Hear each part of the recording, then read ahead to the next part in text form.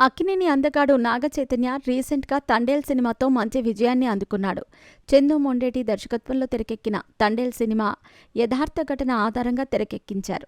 ఈ సినిమాలో నాగచైతన్య మత్స్యకారుడిగా నటించి ఆకట్టుకున్నాడు.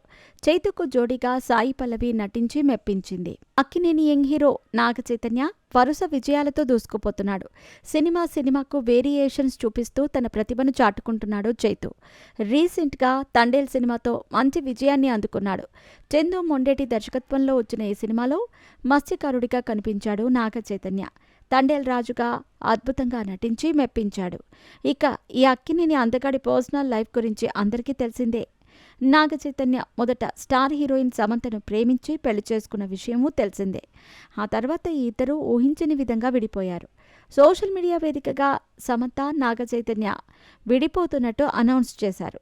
ఆ తర్వాత చాలా కాలం ఇద్దరూ తమ సినిమాలతో బిజీ అయ్యారు. అయితే నాగచైతన్య శామ్తో విడిపోయిన తర్వాత శోభితతో ప్రేమలో పడ్డాడు. ఈ ఇద్దరూ తమ రిలేషన్ను చాలా రోజులు సీక్రెట్గా ఉంచారు.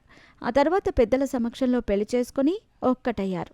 ప్రస్తుతం శోభిత, చైతు తమ సినిమాలతో బిజీగా గడుపుతున్నారు. కాగా నాగచైతన్య తన తొలి ముద్దు ఎవరికిచ్చాడో తెలిపాడు. శోభితతో పెళ్లి తర్వాత నాగచైతన్య రాణా నిర్వహించిన ఓ టాక్ షోలో పాల్గొన్నాడు. ఆ సమయంలో ఆయన తన తొలి ముద్దు అనుభవం గురించి వెల్లడించారు. మొదటి ముద్దు ఎప్పుడు, ఎవరికి పెట్టావో గుర్తుందా అని రాణా అడిగిన ప్రశ్నకు నాగచైతన్య ఆసక్తికర సమాధానం చెప్పారు. 9వ తరగతిలోనే ఓ అమ్మాయికి మొదట ముద్దిచ్చిన విషయాన్ని నాగచైతన్య తెలిపారు.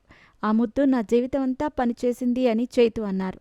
అలాగే ఓ అభిమాని తన దగ్గరకు వచ్చి సమంత కంటే మీరే తెల్లగా ఉన్నారని చెప్పటం కూడా నాకు మర్చిపోలేని జ్ఞాపకమని నాగచైతన్య చెప్పుకొచ్చాడు. ఈ కామెంట్స్ మరోసారి వైరల్ అవుతున్నాయి.